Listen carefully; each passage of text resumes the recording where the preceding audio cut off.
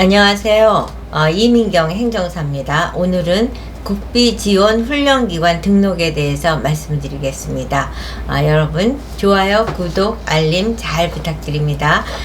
이제 국비지원 훈련기관이라는 거는 이제 그러니까 고용보험기금에 의해서 거기에 이제 우리가 취업을 하게 되면은 이제 고용보험, 국민연금, 뭐 건강보험, 산재보험 이런 거를 가입해서 4대 보험을 가입해서 이제 그러니까 근로자가 50%, 사주가 50% 해서 이제 100%를 누적을 시켜 놓죠. 그렇게 해서 형성된 기금이 바로 고용보험기금인데, 그 고용보험기금으로는 쓸 수 있는 것이 실업급여로도 나갈 수 있고, 재교육 프로그램 이런 교육비로도 나갈 수 있고, 이제 각종 그 고용 창출 및 고용 유지 또 재취업을 위해서 사용되는 돈이 고용보험기금입니다. 그래서 이제 우리가 길에서 보는 그런 이제 성인 교육 학원들은 이제 평생 직업교육 학원이라고 명칭하고 있는데, 그런 교육 학원에서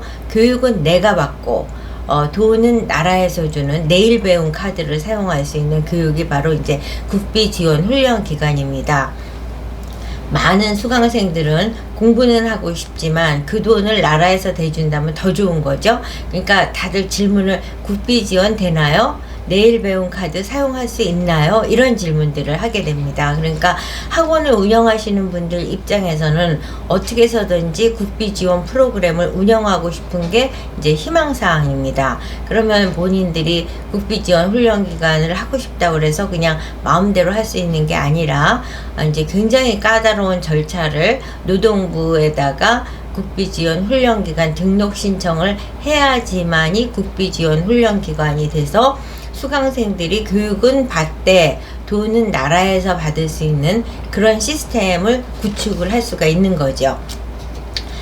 제가 이제 인허가 업무를 굉장히 많이 하고 있는데, 인허가 업무 중에서 이제 식약청 업무가 어렵고, 노동부 국비지원 훈련기관 등록 업무가 어렵습니다. 식약청 업무는 업무의 양보다는 그 케미칼, 그 화학 기호라든가 실험 방법이라든가 이런 아주 난이도의 그 업무에 어려움이 있다면은 국비지원 훈련기관은 그런 난이도의 어려움도 있지만은 양적인 문제에서도 어마어마한 양의 업무를 해야지만 소기의 목적을 달성할 수 있는 아주 어려운 업무에 속합니다. 그래서 사실은 제가 웬만하면 안 맡으려고 할 정도로 굉장히, 왜냐, 그 어려운 일을 해나가는 데 있어서 그 의뢰하신 분이 행정적으로 커버해야 될 일이 되게 많은데, 이런 거 연락 주시는 분들 중에서 보면 연세가 좀 있어서 컴퓨터를 다룬다든가 문서 작성을 한다든가 이런 거에 익숙하지 않아서 이제 이러신 말씀을 하죠. 그럴 줄 알았으면 뭐 제가 할게요. 행정사가 다 해주니까 이거 하는 거 아니에요? 뭐 이런 식의 이제 무대뽀 정신을 갖고 말씀을 하시는 분들이 있기 때문에 제가 몇 마디 말씀을 나누고 선생님 일은 대행 맡기가 좀 어려울 것 같습니다. 이렇게 해서 이제 거절하는 사례도 많은 게 바로 국비지원 훈련기관 업무입니다. 그런데 이제 오늘은 제가 국비지원 훈련기관 업무 중에서도 어떤 점을 강조해 드리기 위해서 말씀을 드리냐면은, 모든 훈련 과목을 다 국비지원을 할 수 있는 것은 아니고 국비지원을 할 수 있는 과목이 제한되어 있다는 거, 그 범위 안에 속해 있는 것을 국비지원을 할 수 있다는 말씀을 드리기 위한 겁니다. 이제 그 국비지원은 모든 게 NCS 기준에 근거하는 건데, NCS 기준이라는 건 뭐냐면은 우리가 흔히들 사회생활 하면서 이런 말을 합니다. 학교에서 배운 공부하고 사회에서 이제 직장 취직을 했을 때 적용되는 게 너무 다르기 때문에 학생 아이들, 졸업생들을 채용을 해도 걔네들을 처음부터 다 가르쳐야지 뽑아놔도 뭐 할 줄 아는 일이 아무것도 없다, 이런 말을 이제 많이들 합니다. 그렇다 보니까 국가에서는 고민을 하게 되는 거죠. 어떻게 하면은 교육과정이 현장에서 사용해야 하는 업무를 품을 수 있는가. 그래서 적어도 교육을 받은, 해당 전공을 교육을 받은 사람은 직장에 취직을 해서 웬만한 일은 해낼 수 있는 그런 인력으로 양성할 수 있는 방법은 없을까 해서 구상한 것이 NCS입니다. 그런 내셔널 기준을 만든 거죠. 그래서 이제 모든 과목은 NCS 기준이 있기 때문에 1000몇 가지가 됩니다. 그래서 이제 본인들이 만약에 피부 미용을 하고 싶다, 꽃꽂이를 하고 싶다, 공예를 하고 싶다 그러면은 우리는 이렇게 나는 학생들한테 ABCD를 가르쳐 라고 하는데 사실 ABCD가 그 NCS 기준하고 부합되지 않으면 BNCS로 구분을 해야 되는데 NCS를 적어도 45% 이상을 배정을 해야 되기 때문에 적어도 이제 NCS 기준에 맞는 커리큘럼을 짜야 되는 겁니다. 그와 같이 모든 가이드라인이 설정해, 나라에서 돈을 주는 대신 그냥 막 주는 게 아니라 모든 게 아주 촘촘하게 가이드라인이 설정이 되어 있죠. 그래서 훈련 과정에 대한 내용도 설정이 되어 있지만 어떤 훈련 과정은 되고 어떤 훈련 과정은 안 되고도 설정이 되어 있습니다. 그래서 이제 어떤 게 안 되냐면은 첫째, 국가 자격증에 뭐 변호사, 중개사, 노무사 이런 자격증을 취득하고 싶은 사람이 내일 배움 카드로 학원 교육을 받을 수는 없다는 겁니다. 그 다음에 취미 교육, 또 세미나, 심포지움 하는 등 단순 정보 교류, 이건 취업하고 연결되는 게 아니잖아요.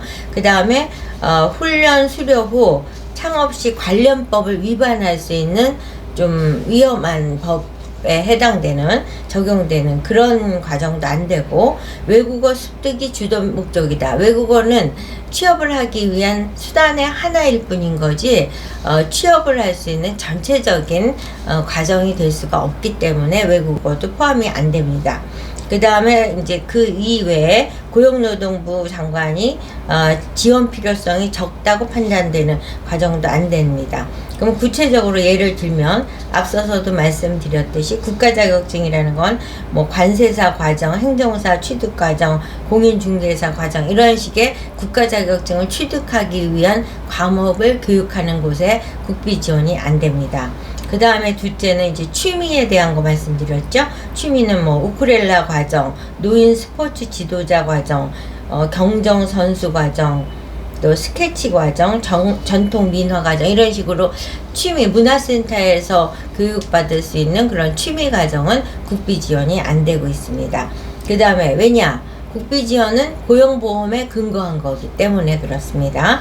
그 다음에 셋째는 이제 세미나나 심포지움 뭐 이런 거에 대한 단순 정보 교류 과정도 포함이 안 된다고 말씀을 드렸죠. 그 예를 들자면 뭐 보이스 스피치 과정, 리더십 과정, 커뮤니케이션 과정, 뭐 퍼스널 이미지 메이킹 과정 이런 것들도 포함이 안 됩니다. 그 다음에 네 번째는 훈련 수료 후 취업이나 창업 시 관련법 위반의 우려가 있는 과정. 이게 의료법 위반의 사례가 전제되는 것이 가장 많다고 보면 됩니다. 물리치료사 양성과정이라든가 도수치료사 양성과정 같은 것은 국비 지원으로 안 된다는 거. 그 다음에 이제 영어나 외국어 과정 이런 거, 그거는 뭐 미국 여행 준비 과정이라든가 토익 과정 이런 거 국비 지원이 안 됩니다. 그 다음에 여섯 번째로는 뭐라고 말씀드렸냐면 그 밖에 고용노동부 장관이 지원의 필요성이 적다고 생각하는 거. 그 일례가 부동산, 또 경매 과정, 방과 후 지도사 과정, 아동 미술 지도사 과정, 미술 심리 상담사 과정, MBTI 과정, 애니그램 과정 뭐 이런 것들이 이제 안 되는 겁니다. 그래서 이런 과정들을 갖고는 국비 지원 훈련 기관을 등록하고 싶다라는 욕심은 안 가지시는 게 좋고, 뭐 이것을 제외한 NCS 훈련 과정에 포함되는 과정들은 가능하다는 거. 그리고 이제 이런 거를 상담하시는 과정에서 이제 오해가 있는 경우들이 어떤 경우가 있냐면 뭐 어느 학원에서는 국비 지원 되던데요, 이렇게 말씀을 주시는 경우가 있어요. 근데 이제 제가 말씀드리는 또는 나라에서 말씀하는 국비 지원이라는 것은 노동부의 고용보험 기금을 재원으로 하는 게 국비 지원입니다. 왜냐, 이거는 루틴하게 계속 반복적으로 지원을 할 수 있는 것이 이제 국비 지원인데, 일부 국비 지원이라고 오해하고 있는 것은 뭐 여성가족부가 특별히 필요해서 지원을 한다든가, 뭐 중기청에서 그와 같은 인재를 키우는 게 필요하다고 판단이 돼서 중소기업의 활성화를 위해서 필요하다고 생각해서 일시적으로 정부가 지원을 해준다든가, 산자부에서 지원을 해준다든가, 이런 부처 나름대로 본인들이 해나가는 사업의 목적 달성을 위해서는 이와 같은 인력을 양성하는 것이 필요하다라고 인식해서 단발적으로 일시적으로 지원해 주는 것도 사람들은 흔히 국비 지원이라고 하는데, 그것은 노동부 지원이 아니기 때문에 이제 국비 지원 훈련기관 등록을 적용받기는 어렵다는 점 여러분께서 유념하시면 좋겠습니다. 그래서 이제 많은 국민 사람들이 대학을 졸업한 이후에도 직장을 옮기거나 자기 분야를 전환하기 위해서 또 새로운 교육을 받을 필요가 있거든요. 그랬을 때 바로 받는 것이 국비 지원이고, 그와 같은 국비 지원 훈련 기간은 등록이 되어 있어야지만 내일 배움 카드를 사용할 수 있는 학원이 될 수 있다는 점. 그 과정에서 어느 과목은 되고 어느 과목은 안 된다는 사실을 명확히 알고 도전을 하시는 것이 가장 바람직한 도전이라는 말씀을 드리기 위해서 오늘 영상 찍었습니다. 여러분, 좋아요, 구독, 알림 잘 부탁드립니다.